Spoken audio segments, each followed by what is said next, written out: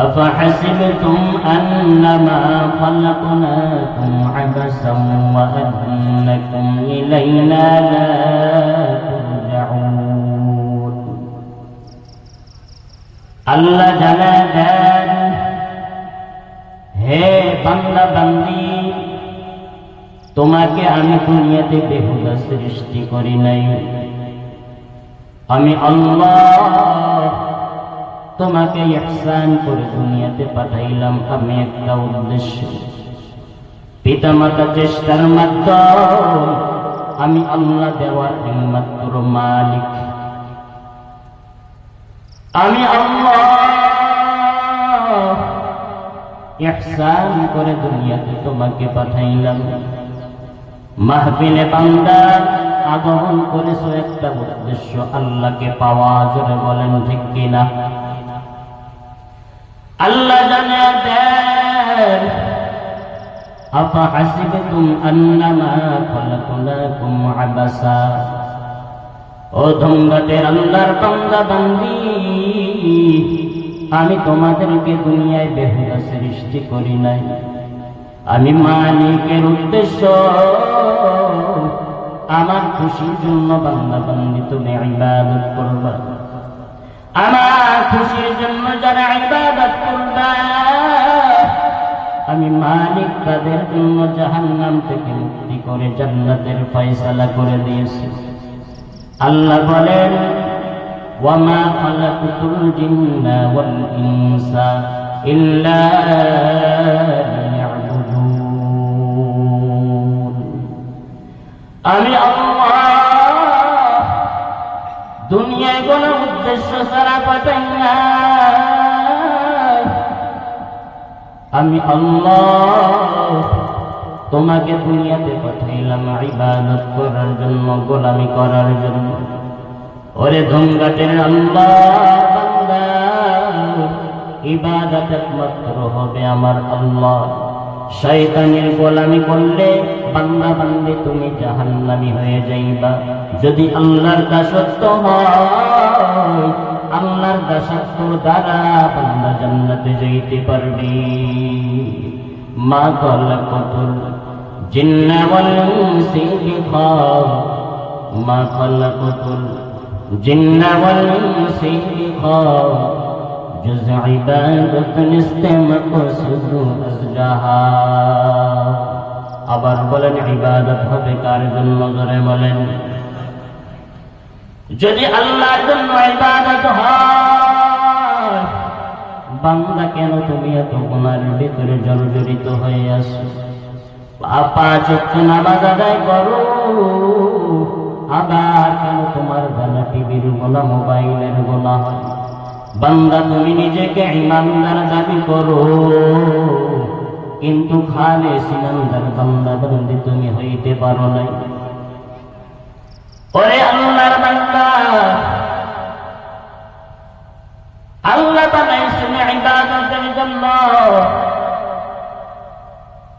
শয়তানের গোলামি করা যাবে না দুনিয়াতে এসে। আল্লাহ বলেন, ফামান কানা ইয়ারজু লিকা রাব্বিহি ফালইআমাল আমালান সালিহা। যদি রবের মোলাকাত চাও, তাহলে তোমাকে বান্দা বান্দির নেক আমল করা লাগবে। যদি রবের মোলাকাত যারা পাইছে, তারাই জান্নাতের সার্টিফিকেট পাইছে। 10 জন সাহাবায়ে কেরাম দুনিয়া থেকে জান্নাতের সার্টিফিকেট পেয়েছে। এরপরেও দুনিয়া থেকে কাদা কোনো সময় বন্ধ করে নাই।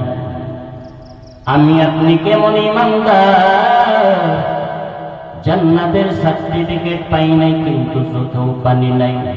সাহাবায়ে কেরাম সার্টিফিকেট পেয়েছেন কিন্তু চক্ষু দিয়ে পানি কোনো সময় দিলে তো হয়ে যায় না।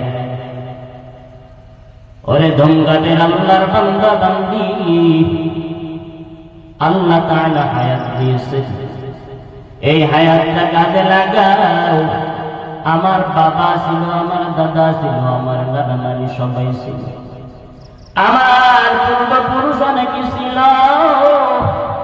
আজকে তারা এখান থেকে বিদায় নিয়ে চলে গেছেন। অনেকের দাদা নাই, অনেকের দাদি নাই, এই দুনিয়া ছেড়ে বিদায় নিয়ে চলে গেছে। আমিও থাকবো না, আপনি একদিন থাকবেন না, কিন্তু দুনিয়ার গতিতেই চলতে থাকবে। কথা বলেন ঠিক কিনা?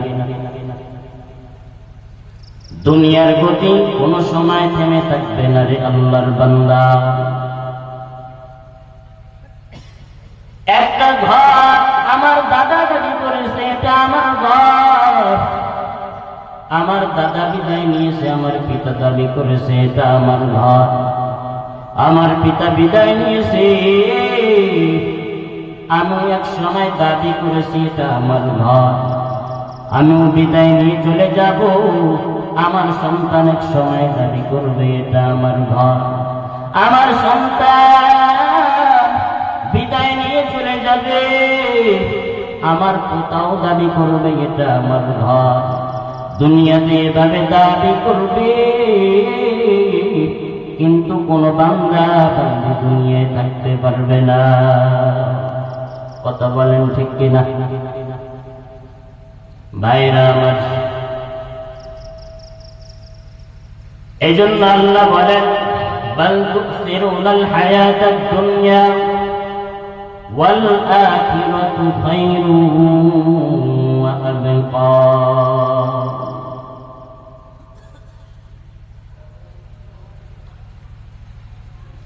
সাহাবায়ে কেরাম এত কেন কেঁদেছে?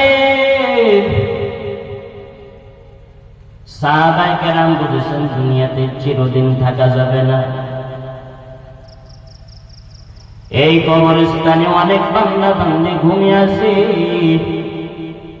আজকে তারা যদি জাহান্নামের কাজ করে থাকে তারা বুঝতে পারছে। আজকে যদি তাদের জবান থাকতো, আমাদের নাম ধরে করে কবরস্থান থেকে বলতো আমরা বিপদে আছি। ওরে মাহফিলে আসছো, তোরা গুনাহ করিস না, আমরা অনেক বড় বিপদে আছি, তোরা গুনাহ করিস না। আমরাও যখন মারা যাব, আমরাও তেমন উপলব্ধি করতে পারবো রে আল্লাহর বান্দা।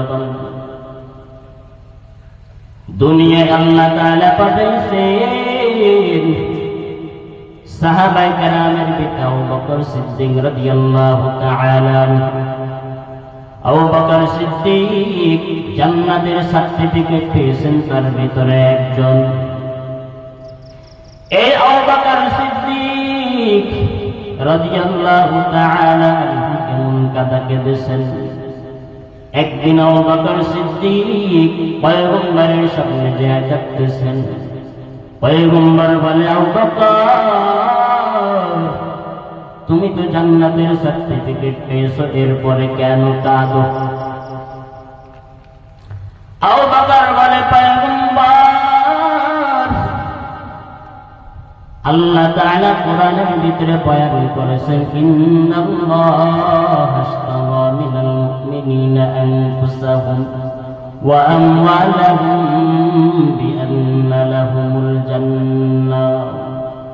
আবু বকর বলে, পয়গম্বর, এই আয়াতটা যখন আমার স্মরণ হয়েছে, সেই কারণে আমার চক্ষু দিয়ে পানি পড়তেছে।